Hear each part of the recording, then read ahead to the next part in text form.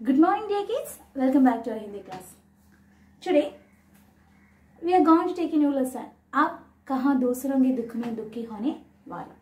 आप कहाँ दूसरों के दुख में दुखी होने वाला? इस चैप्टर का मतलब क्या है? इसका मीनिंग क्या है? इसका मीनिंग क्या है? ഇന്ന് മറ്റുള്ളവരുടെ ദുഃഖത്തിൽ ദുഃഖിക്കുന്ന ആൾക്കാരുണ്ടോ എന്നാണ് ഇവിടെ ചോദിച്ചിരിക്കുന്നത്. നോക്കിയേ, आप कहाँ दूसरों के दुख में दुखी होने वाला? ഇന്ന് എവിടെയാണ് മറ്റുള്ളവരുടെ ദുഃഖത്തിൽ ദുഃഖിക്കുന്ന ആൾക്കാർ? देखो, बाइबल के सोलोमन जिन्हें खुरान में सुलेमान कहा जाता है. बाइबल के सोलोमन को हमें खुरान में क्या कहती है? सुलेमान कहा जाता है. ईसा से 1025 वर्ष पूर्व एक बादशाह थे. कहा जाता है वह केवल मानव जाति का ही राजा नहीं थे, सारे छोटे बड़े पशु पक्षी के हाकिम थे. हाँ, ईसा के 1025 वर्षों के पूर्व एक राजा रहते हैं. हाँ, माना जाता है कि ये राजा मानव का मात्र राजा नहीं है, फिर किसका भी? सारे पशु पक्षियों का भी राजा थे. वह इन सबकी भाषा भी जानते हैं. ये राजा को सारे पशु पक्षियों का भाषा भी जानते हैं. एक दफा सुलेमान अपने लश्कर के साथ एक रास्ते से गुजर रहे थे.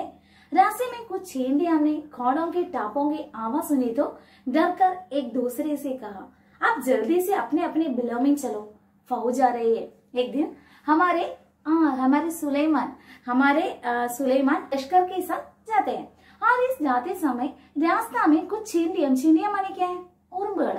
कुछ चींटियां चली रही है और एक घोड़े का आवाज सुनकर ये सुलेमान വരുന്ന घोड़े माने क्या है? ആ കുതിരയുടെ സൗണ്ട് കേട്ടിട്ട്, ആ കുതിരയുടെ കുളമ്പടി സൗണ്ട് കേട്ടപ്പോൾ एक चींटी दूसरी चींटी से कहा, ഒരു ഉറുമ്പ് മറ്റുള്ള ഉറുമ്പുകളോട് പറയാം, അവരിങ്ങനെ വരിയായിട്ട് പോയിക്കൊണ്ടിരിക്കുക, तुम अपने अपने बाउले में जाओ, एक फौज आ रही है. എല്ലാവരും അവരവരുടെ മാളത്തിലേക്ക് പോയിക്കൊള്ളുക. फौज आ रही है. फौज माने क्या है? सेना आ रही है. हम एक राजा के बारे में कहते हैं. बाइबल के सोलोमन को खुरान में क्या कहती है? सुलेमान कहती है. हाँ, सुलेमान नामक एक राजा के बारे में कहती है. ये राजा ने मानव जाति का मात्र राजा नहीं है, सारे पशु पक्षियों का भी राजा थे और उसको सारे पशु पक्षियों को भाषा भी जानते हैं.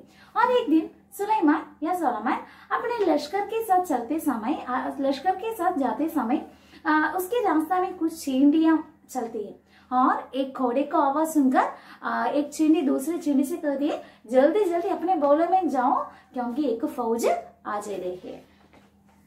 सुलेमान उसकी बातें सुनकर थोड़ी दूर के पास रुक गया और चींटियों से बोला. सुलेमान ने ये सुना, एक चींटी की आवाज सुलेमान ने सुना क्योंकि सुलेमान को सारे पशु पक्षियों का भी भाषा जानती है. हाँ, सुलेमान ने सुनकर कुछ दूर पीछे अपने घोड़े को रुका. कुछ दूर पुറകിലായിട്ട് തന്റെ കുതിരയെ നിർത്തി और चींटियों से कहा, घबराओ मत, सुलेमान को खुदा ने सबका रखवाला बना है. मैं किसी के लिए मुसीबत नहीं हूँ, सबके लिए मोहब्बत हूँ. मैं किसी को मुसीबत करना नहीं चाहती है. वह इस चींटियों से कहा, मैं किसी को മുസീബത്ത് करना नहीं चाहती है, सबको मोहब्बत करना चाहती है. ഞാൻ ആർക്കും ഒരു ദോഷം വരുത്താനായിട്ട് ആഗ്രഹിക്കുന്നില്ല, ഞാൻ എല്ലാവരിലും നന്മ വരുത്താനാണ് ആഗ്രഹിക്കുന്നത്. चींटियों ने उसके लिए ईश्वर से दुआ की और सुलेमान अपनी मंजिल की ओर बढ़ गया. ये सुनकर चींटियों ने ईश्वर से दुआ किया. समझा? अब कहाँ दूसरों के दुख में दुखी होने वाला. इस चैप्टर में 10 സ്റ്റോറിയം है. ഇതിനകത്ത് എനിക്ക് തോന്നുന്നു 10 കഥകളാണുള്ളത്. അതിൽ ഫസ്റ്റ് കഥയെന്ന് പറയാൻ പറ്റില്ല, ഒരു മെസ്സേജ് ആണ് അതിനകത്തുള്ളത്. ഫസ്റ്റ് സ്റ്റോറി ഇതാണ്, बाइबल के सोलोमन को हमें कुरान में सुलेमान कहती है और इस सुलेमान नामक राजा के बारे में कहती है. वह राजा मानव जाति का मात्र राजा नहीं है, सारे पशु पक्षियों का भी राजा थे और इस राजा को सारे पशु पक्षियों का भाषा भी जानते हैं. एक दिन सुलेमान अपने लश्कर के साथ चलते समय उसके रास्ते में अनेक चींटियां चले रही है और इस चींटियां एक दूसरे से कहा, जल्दी अपने अपने फौजे में जाओ क्योंकि फौज आ रही है. यही सुनकर हमारे सुलेमान ने क्या किया है? सुलेमान ने अपने घोड़े को कुछ दूर पीछे रख दिया है और इससे चींटियों से कहा, मैं किसी को मुसीबत करना नहीं चाहती है, मैं सबको क्या करना चाहती है? मैं सबको मोहब्बत करना चाहती है. ये सुनकर चींटियों को बहुत खुश हुआ. चींटियों ने क्या किया है?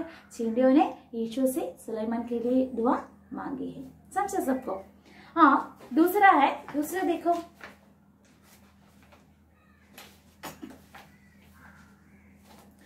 ऐसे एक घटना. दूसरा स्टोरी, फर्स्ट स्टोरी है നമുക്ക് രണ്ടാമത്തെ സ്റ്റോറി പഠിക്കാം. देखो ऐसी एक घटना का जिक्र सिंधी भाषा के महाकवि शेख आयास ने अपनी आत्मकथा में किया है. उन्होंने लिखा है, एक दिन अपने पिता कुएं से नहाकर लौटे. माम ने भोजन परोसा. उन्होंने जैसे ही रोटी का कौ तोड़ा, उसकी नजर अपनी बाजू पर पड़ी. वहां में एक काला चौंडा रेंग रहा है. वह भोजन छोड़कर उठ खड़े हैं. माँ ने पूछा, क्या बात है, भोजन अच्छा नहीं लगा? शेख आयास ने पिता ने बोला, नहीं, एक बात नहीं है. मैंने एक घर वाले को बेघर कर दिया है. उस बेघर को कुएं पर अपने घर छोड़ने जा रहा हूँ. देखो ऐसी घटना का जिक्र सिंध भाषा के महाकवि शेख आयास ने अपनी आत्मकथा में किया है. सिंध भाषा के महाकवि शेख आयास ने अपनी आत्मकथा में एक घटना के बारे में लिखा है. वह कहते हैं, एक दिन उसके पिता नहाने के बाद, कुएं से नहाने के बाद घर में आया. एक दिन उसके पिता कुएं से नहाने के बाद घर में आया. घर में आकर भोजन खाते समय उसने देखा उसकी वस्त्र पर एक काला चौंडा रेंग रहा है और उसने जल्दी उड़ा. और उसकी माँ ने पूछा, क्या भोजन अच्छा नहीं लगता? उसने जवाब दिया, नहीं, मैं घर वाले को बेघर कर दिया है. उसे उसके घर में छोड़ना जाता हूँ. शेख आयास ने अपने आत्मकथा में सिंध भाषा के प्रमुख कवि शेख आयास ने अपनी आत्मकथा में किसके बारे में लिखा है? अपने पिता के बारे में लिखा है. और एक दिन उसके पिता ने कुएं से नहाने के बाद घर में आया और भोजन के लिए बैठते समय उसकी बाजू पर एक काला चौंडा को देखा. ആ ഭക്ഷണം കഴിക്കാനായിട്ട് ഷേഖ് ആയാസിന്റെ പിതാവിനെ കുറിച്ചുള്ള ഒരു ഓർമ്മയാണ് പുള്ളി പറയുന്നത്. അതായത് ഷേഖ് ആയാസിന്റെ പിതാവ് കുളിച്ചതിന് ശേഷം കുളിച്ചിട്ട് വന്നിട്ട് ഇരിക്കുന്ന സമയത്ത് പുള്ളി ഇരിക്കുന്ന ആ വസ്ത്രത്തിനകത്ത് ഒരു കാലച്ചോണ്ട മനക്കായി ഒരു ചെറിയ പ്രാണി, കറുത്ത പ്രാണി, നമ്മുടെ ഈ കുളത്തിലും കിണറിലും ഒക്കെ കാണത്തില്ലേ, വെള്ളം കോരുന്ന സമയത്ത് ചെറിയ ചെറിയ പ്രാണികളെ കാണത്തില്ലേ, ആ കാലച്ചോണ്ട രംഗ് രहा. और उसने जल्दी उड़ा. ഇത് കണ്ടുടനെ शेख आयास ने पिता എന്താ ചെയ്തത്? उसने जल्दी उड़ा और ये सुनकर उसके पिता माँ ने बोला, ഇത് देखा. उसकी माँ ने बोला. ഇത് കാണുന്ന സമയത്ത് അദ്ദേഹത്തിന്റെ അമ്മ ചോദിച്ചു, क्या भोजन अच्छा नहीं लगता? എന്താ ഭക്ഷണം ഇഷ്ടപ്പെട്ടില്ലേ എന്ന് ചോദിച്ചു. और उस समय उसने कहा, नहीं, मैं घर वालों को बेघर कर दिया है. ഞാൻ എന്ത് ചെയ്തു? ഒരു घर वालों को, ഒരു വീടുള്ള ഒരാളെ बेघर कर दिया है, വീടില്ലാതാക്കി മാറ്റി. എന്ന് വെച്ചാൽ അവിടെ താമസിക്കേണ്ട ഒരാളെ ഞാൻ എന്ത് ചെയ്തു? അവിടെ നിന്ന് എടുത്തുകൊണ്ട് വന്ന് വീടില്ലാത്തവനാക്കി മാറ്റി. उसे उसके घर में छोड़ना जा रहा हूँ. ഞാൻ എന്ത് ചെയ്യുന്നു? അതിനെ അതിന്റെ വീട്ടിലേക്ക് കൊണ്ടെത്തിക്കാനായിട്ട് പോകുന്നു എന്ന് പറഞ്ഞാൽ ഈ കഥയിലൊക്കെ പറയുന്നത് എല്ലാവർക്കും ഒരു ചെറിയ ഉറുമ്പിന്റെ ദുഃഖത്തിന് പോലും നമ്മുടെ സുലൈമാൻ എന്ത് ചെയ്യുന്നു? ദുഃഖത്തിന്റെ ഒരു ചെറിയ ഉറുമ്പിന്റെ വാക്ക് പോലും മാനിക്കുന്നുണ്ട്. അതുപോലെ തന്നെ ഒരു ചെറിയ പ്രാണിയുടെ ദുഃഖത്തെ പോലും മാനിക്കുന്നുണ്ട്. അതായത് ഇന്ന് ഇതുപോലെ ദുഃഖം, മറ്റുള്ളവരുടെ ദുഃഖം കാണുന്ന ആൾക്കാർ വളരെ കുറവാണ് എന്ന് പറഞ്ഞുകൊണ്ടാണ് കുറെ സംഭവങ്ങൾ പറയുന്നത്. നമ്മൾ 2 ഘടന പഠിച്ചു. ഫസ്റ്റ് വൺ എന്താ പഠിച്ചത്? ഫസ്റ്റ് വൺ बाइबल के सुलेमान को कुरान में क्या कहती है? बाइबल की फर्स्ट वन എന്താ പഠിച്ചത്? बाइबल की सोलोमन को हमें कुरान में सुलेमान कहती है. और सुलेमान एक राजा थे और उसने मानव जाति का मात्र राजा नहीं है. नहीं, उसने मानव जाति का मात्र राजा नहीं है, उसने सारे पशु पक्षियों का भी राजा थे. और एक दिन राजा अपनी सेना के साथ जाते समय एक चींटी, उसके रास्ते में चींटी चल रहा है और एक चींटी दूसरी चींटी से कहा, क्या कहा? एक चींटी दूसरी चींटी से कहा, फौज आ रही है, जल्दी अपने अपने बौले में जाओ. और ये सुनकर राजा ने सुना, क्योंकि राजा को इसकी चींटी का भाषा भी जानती है. राजा ने अपनी सेना को कुछ पीछे खड़ा दिया है और कुछ पीछे रोका और उसने चींटियों से कहा, मैं किसी को मुसीबत नहीं करना चाहती, मैं सबको रखवाली करता चाहता हूँ. ഞാൻ ആരെയും കഷ്ടപ്പെടുത്താൻ ആഗ്രഹിക്കുന്നില്ല, सबको रखवाली करना चाहता हूँ. ഞാൻ എല്ലാവരെയും രക്ഷിക്കാനാണ് ആഗ്രഹിക്കുന്നത്. और ये सुनकर हमारे चींटियों ने ईश्वर से उसके लिए दुआ मांगा. दूसरा घटना में सिंध भाषा के प्रसिद्ध कवि शेख आयास ने अपने पिता के बारे में लिखा है. अपनी आत्मकथा में अपने पिता के बारे में लिखा है. और पिता ने एक दिन नहाने के बाद, कुएं से नहाने के बाद घर में आकर खाने के लिए बैठते समय उसने अपने बाजू में लेकर एक काले चींटी को देखा और उसने जल्दी उड़ा. उसकी माँ ने पूछा, क्या पूछा? क्या भोजन अच्छा नहीं लगता? उसने कहा, नहीं, मैं घर वालों को बेघर कर दिया है, उसे उसके घर में छोड़ना जाऊंगा. इस घटना में कहती है कि ഇവിടെ പറയുന്നത് മറ്റുള്ള ഒരു ചെറിയ ജീവിയുടെ ദുഃഖത്തിന് പോലും ഒരു ദുഃഖം മനുഷ്യനുണ്ടാവുന്നുണ്ട്. अब कहाँ दूसरों के दुख में दुखी होने वाला. അപ്പോൾ രണ്ട് ഘടന നമ്മൾ പഠിച്ചു. മൂന്നാമത്തെ നോക്കാം. बाइबल और दूसरे पावन ग्रंथों में नूह नाम के एक पैगंबर के बारे में कहते हैं.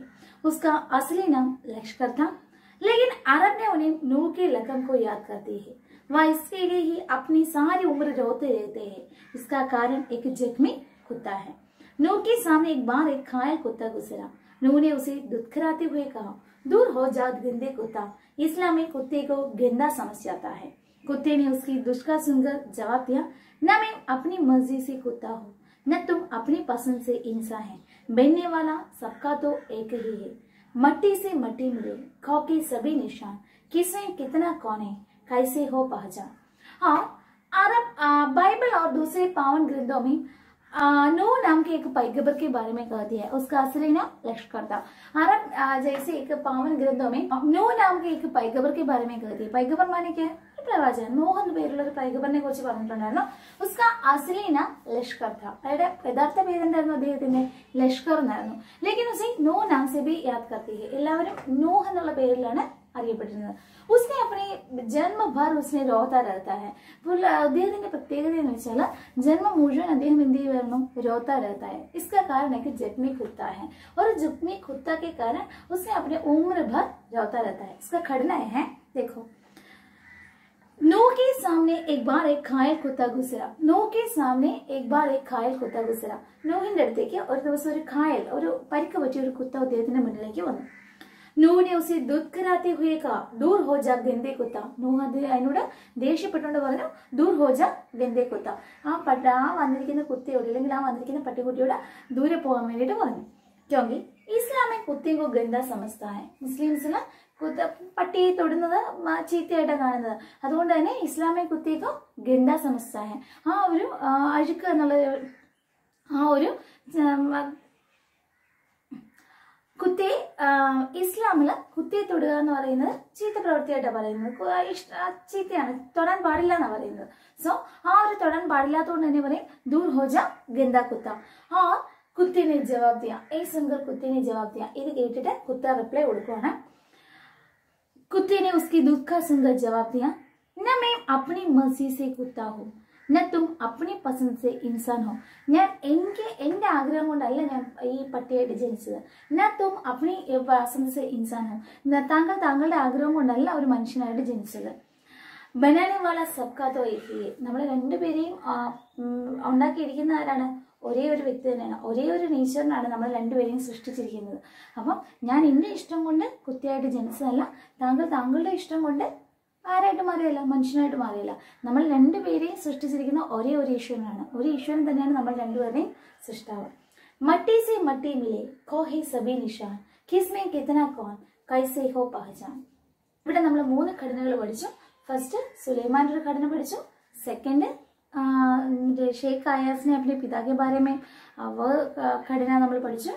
तीसरा नूह नामक पैगंबर के बारे में पढ़ा. नूह ने जब उसकी बात सुनी और दुखी को मुग्ध तक रोते रहा. महाभारत में युधिष्ठिर का जो अंत तक साथ निभाता नजर आता है, वह भी प्रदीपात्मा रूप में एक कुत्ता ही था. सब साथ छोड़ने गए तो केवल वही उसके एकांत को शांत कर दिया है. और ये कुत्ते विषम कारण नूह अपना जन्म भर रोता रहता है. और महाभारत युद्ध में युधिष्ठिर को अपने अंत समय तक एक कुत्ता सहायता करती है. वह भी प्रदीपात्मा रूप में एक कुत्ता ही था. वह साथ छोड़ते हुए केवल वही उसके एकांत को शांत कर दिया है. അദ്ദേഹത്തിന്റെ ഏകാന്തവാസത്തില് അദ്ദേഹത്തിന് കൂട്ടായിട്ട് ഒരു കുത്തിയായിരുന്നു അവസാനം വരെ ഉണ്ടായിരുന്നത് യുധിഷ്ഠിരന്റെ കാര്യത്തിൽ. അപ്പം ഇദ്ദേഹം ഈ കുത്തിയുടെ കാര്യങ്ങൾ കേട്ട് കേട്ട് കേട്ട് കേട്ട് ഇദ്ദേഹം എന്ത് ചെയ്തു? ഈ ഒരു അവസ്ഥ കണ്ടിട്ട് ഇദ്ദേഹം ഈ കുത്തിയുടെ ഈ അവസ്ഥ കണ്ടിട്ട് अपना जन्म भर रोता रहता है. दुनिया कैसे वजूद में आई, पहले क्या थी, किस बिंदु से इसकी यात्रा शुरू हुई? इस प्रश्नों के उत्तर विज्ञान अपनी तरह से देता है, धार्मिक ग्रंथ अपनी अपनी तरह से. संसार की रचना भले जैसे हुई, लेकिन धरती किसी एक का नहीं. पंछी, मानव, पशु, नदी, पर्वत, समंदर आदि भी इसमें बराबर भी हिस्सेदारी है. एक और बात है कि इस हिस्सेदारी में मानव जाति ने अपनी बुद्धि से बड़ी बड़ी दीवारें खड़ी कर दी. पहले पूरा संसार एक परिवार के समान था, अब टुकड़ों में बांटकर एक दूसरे से दूर हो रहा है। पहले बड़े बड़े दालों ने आंगन में सब मिलजुल कर रहते थे, अब छोटे छोटे डिब्बे जैसे घरों में जीवन सिमटने लगा। हमारी धरती मनुष्य का मात्र नहीं, हमारे सारे दुनिया और हमारी इस दुनिया हमारे पशु पक्षी पहाड़ समंदर इस सब का बराबर है। हाँ, मनुष्य क्या करते हैं, पहले मनुष्य बड़े बड़े घरों में एक साथ मिलकर जॉइंट फैमिली के रूप में भी रहती है, लेकिन अब डिब्बे डिब्बे घरों में भी वह रहती है। और मनुष्य को क्या करती है, मनुष्य को आवास के लिए, मनुष्य को रहने के लिए वह प्रकृति को नष्ट कर दिया है और पेड़ को काटता है और क्या किया है, समुद्र के पीछे धकेल रहा है और समुद्र के पीछे जाकर बड़े बड़े हाउस वह बनाती है। हाँ, दुनिया कैसे वजूद में आई, पहले क्या थी, किंतु किस बिंदु से इसकी यात्रा शुरू हुई, इस प्रश्नों के उत्तर विज्ञान अपनी तरह देता है, धार्मिक ग्रंथ अपनी अपनी तरह से। और दुनिया कैसे वजूद में आई और किस बिंदु से इसका यात्रा शुरू किया है,